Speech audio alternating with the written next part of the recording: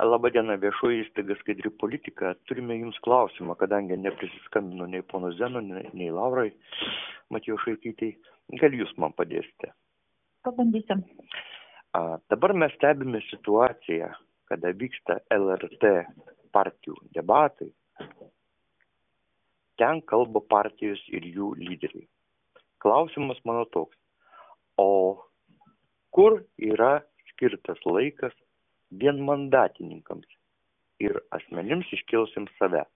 Aš žinau, kad tikrai aš jums čia taip nesakysiu. Ta prasme, yra kaip skirstamas laikas ir koks yra suteikiamas laikas, tai yra reglamentuota įstatymu ir čia tik tai VRK tik tai gyvendina ir konkrečiai susitarė su LRT. O kam ir kiek laiko turi būti skirta, tai numato įstatymas. Tai gal jūs galite pacituoti tą vietą, kaip ten mandatininkams suteikiama teisė. O kas gali man patarti šiuo ar ne šiuo metu? Dabargi vyksta rinkimai, svarbiausias valstybės gyvenimo. Jeigu pasakyčiau, tai jums nuomonė tik savo pasakyčiau. Jeigu jums reikia konkretaus atsakymo, tai aišku geriausiai raštu pateikti atsakymą. Jūs gausite savo užklausimą ir gausite oficialų atsakymą, žinoma. Ne, tai oficialaus atsakymo man nėra kada laukti pagal jūsų reglamentą. Jūs galite atsakinėti man kiek laiko? Ne, aš galiu kiek jūs norite atsakinėti, tik tai ar tas atsakymas jums bus naudingas. Raštu. Kiek? Raštu, tai kaip ir bet kuri viešo administravimo įstaiga. Tai kiek dienų? Bet, paprastai VRK greitai atsako, tai viešo administravimo tai kiek 20 darbo dienų numatyta. 20 darbo dienų. Už 20 darbo dienų jau bus pasibaigę rinkimai. Atsako ir elektroniniu paštu. Ne, tiesiog aš sakau, aš jums galiu atsakyti savo nuomonę ir yra tikrai reglamentuotas tas laiko suteikimas ir tai buvo sprendimas VRK. Teisingai. Pone Laura, jūs kaip oficiali pareigūnė man turite atsakyti, kaip sako įstatymus. Jūsų nuomonė ir mano nuomonė niekam neįdomi. Aš jūsų konkrečiai klausiu. Vienmandatininkams kokia teisė? Aš žinau, kad tikrai nežinau ir negaliu jums atsakyti kitaip negu yra įstatyme, o aš esu tik tai narė bendros komisijos, kuri priima kolegialius sprendimus. Aš asmeniškai jokių sprendimų nepriimu. Tai nesvarbu, asmeninių, neasmeninių, jūs įstatymą žinote. Atsiverčiat ir man suteikite informaciją. Kaip yra... Taip tariant, konsultaciją norėtumėte, ar ne? Konsultaciją galite suteikti, būkit malonė. Žinokit, gal jūs tada bent jau elektroniniu paštu galite parašyti, nes tiesiog šiuo metu neturiu nei įstatymo po ranka, nei esu vyriausiai rinkimų komisijoje, tai tiesiog ten pareigos yra tik tai einamos tam tikrų irgi laikų. Tai jūs tiesiog suformuluokite elektroniniu paštu tą klausimą ir tikrai ar aš ar kažkas kitas iš komisijos atsakys. Supraskit mane teisingai. Jeigu aš pradėsiu raštu su jūsų visais nariais bendrauti, o jūs pasinaudosit teisę atsakyti per 20 dienų...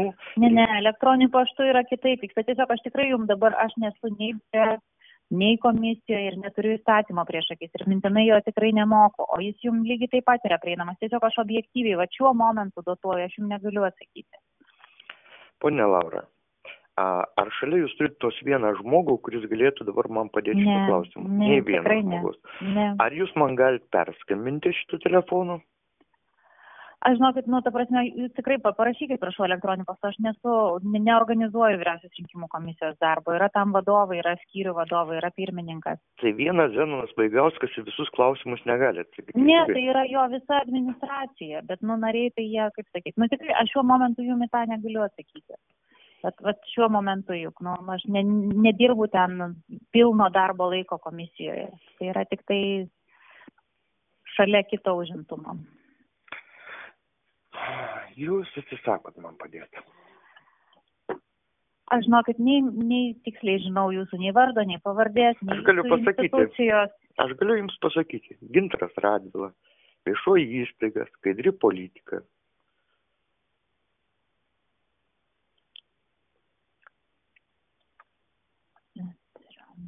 O jūs sprendimą žiūrėjote VRK, kur ten laikai sudėlioti. Viskas yra skelbiama duomenų bazėse, čia žinot, tokia. Kaip yra reglamentuota, tai įstatymus jūs irgi skaito taip pat. Taip, bet aš pastebėjau, kad, yra surengti nelygiateisiai, diskriminuojantis rinkimai. Tai jūs tą galit skųsti. Tai galit skųsti, jeigu jums atrodo, kad jie nelygiateisiai kažką diskriminuoja. Akivaizdu tai yra. Tai suprantat, kad mes telefonu tai neišnagrinėsim, mes su jumis tos problemos, jeigu jūs tokią matot. Įsivaizduokit, yra sudaryta komisija ir yra jos nariai. Dabar nariai man patarė raustis įstatymuose, kada jūs turite atsakymą man tuoj pat per minutę laiko pasakyti, pacituoti. Ne, tikrai taip nėra. Ne. Jūs atleiskite, tikrai ne visai gal taip suprantat narių darbą. Aš nežinau mintinai įstatymą, tikrai. Man lygiai taip pat reikia sėsti ir jo ieškoti. To atsakymo, kur jūs prašot viską surinkti. Ir dabar staiga visi Respublikos rinkėjai sės prie įstatymų ir ieškos, o po to skūsis, kada jau rinkimai bus įvykę. Taip? Ne, skundžiasi visi, kam aktualu dabar. Aš jums nuoširdžiai sakau, aš mintinai įstatymą tikrai nemoku, tam reikia surasti įstatymo nuostatą, surasti tvarką sprendimą, tam reikia laiko. Šiuo metu aš net neturiu tokių objektyvių galimybių, nes nesu prie kompiuterio matyti. O gal jūs galite pasupliruoti, kuris iš narių žino įstatymą?